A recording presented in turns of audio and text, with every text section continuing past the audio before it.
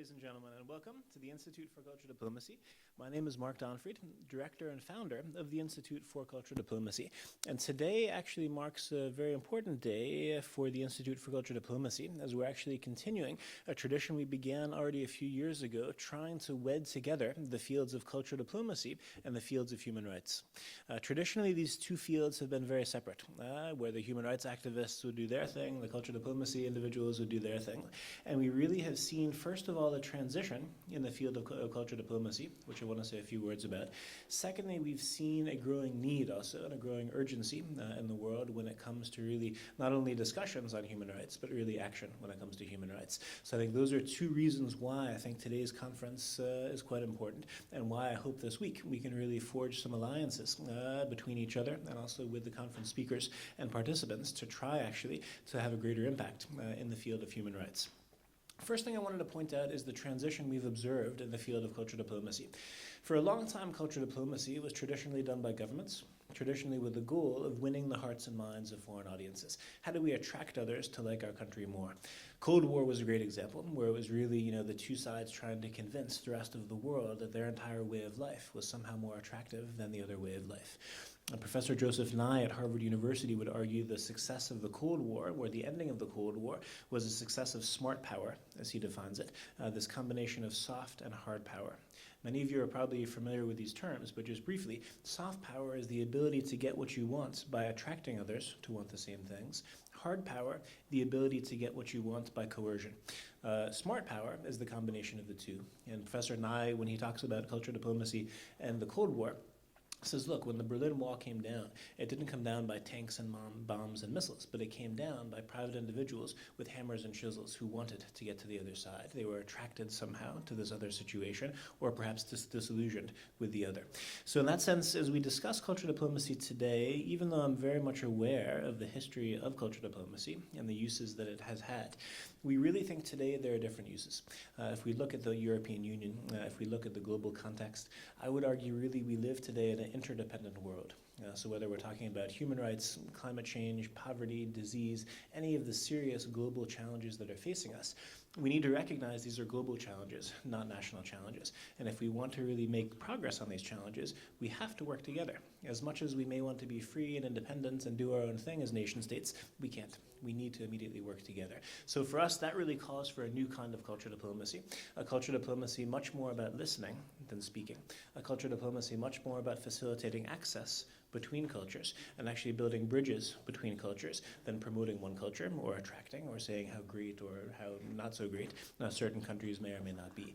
So for us, new school cultural diplomacy is how do we enhance, educate, and sustain relationships with the ultimate goal of building dialogue, understanding, and trust. So in that spirit of building trust, of course, human rights are crucial. We can't expect to build trust if we just talk about our successes, if we just talk about our strengths. We need to talk about our failures. We need to talk about our weaknesses. We need to talk about difficult issues, even issues such as human rights, which can be the most difficult to discuss, especially when you're dealing with different cultures that have different definitions on a variety of human rights. So that's really the connection and the opportunity that we see for trying to enlarge the field of cultural diplomacy to include human rights. And I don't need to tell you about the urgency of dealing with human rights today. Of course, we have situations like Syria, which are just knocking on the door every day, where really the world is doing nothing aside from providing more guns to both sides. If we look at the different sort of proxy alliances for this proxy war, that's really the only response that we've seen, is that let's give more guns to the opposition, whatever the opposition is, if there even is an opposition that represents some sort of unified voice. So it's a problem, and I think that's the classic situation we're going to build up to this week. When we talk later this week about genocide prevention and also prevention of mass atrocities, how can one somehow try to find a way to intervene when one has a blockade of the Security Council of the United Nations and a countless list of reasons and excuses why we shouldn't do anything? How do we actually counter that and try to do something?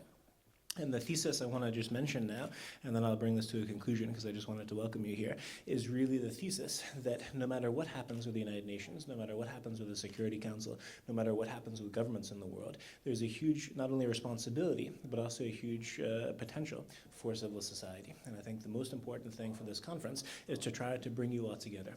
We have activists, we have experts, we have political leaders, we have former political leaders from around the world coming together. Really, the ultimate goal that we're trying to accomplish here is to forge an alliance. Even though some of you are coming from different fields, we have some here interested more with gender equality, and some of you here interested more with the environment, some of you interested more with mass atrocities. We think there's a benefit for you to know each other. We think there's a benefit to bring these groups together. And even though they're somewhat different fields, we think in the end, we do actually have the chance of speaking with one voice. And the more alliances we have, the stronger we'll be. If we're just a bunch of divided NGOs and activists doing our own thing in our own corner of the world, it'll be difficult. The more alliances, the more partnerships we have, the easier it will be. So that's the underlying thesis that we have. So of course, this conference, we're trying to actually provide you with a variety of insights, hopefully also some inspiration. Hopefully we will provoke you. Hopefully we don't agree on everything. Hopefully we can debate issues. And I think then at the end of the conference, it will have succeeded. If, at least on some issues, you maybe would think a little bit differently about one issue or the other issue based on some of the discussions or presentations you've had. And then secondly, and even more importantly, I'm hoping we can have also some greater alliances and greater collaboration coming from this event. So we're really looking forward to this conference. I'm very happy to be co-hosting it with you, with a member of our advisory board who's much more experienced than I am and has much more expertise when it comes to the issues of human rights, Dr. Zvonimir Sapovrich. So I would ask your help to please give a brief welcome, first of all, to Dr. Sapovrich, who will give you a few words of welcome. Thank you.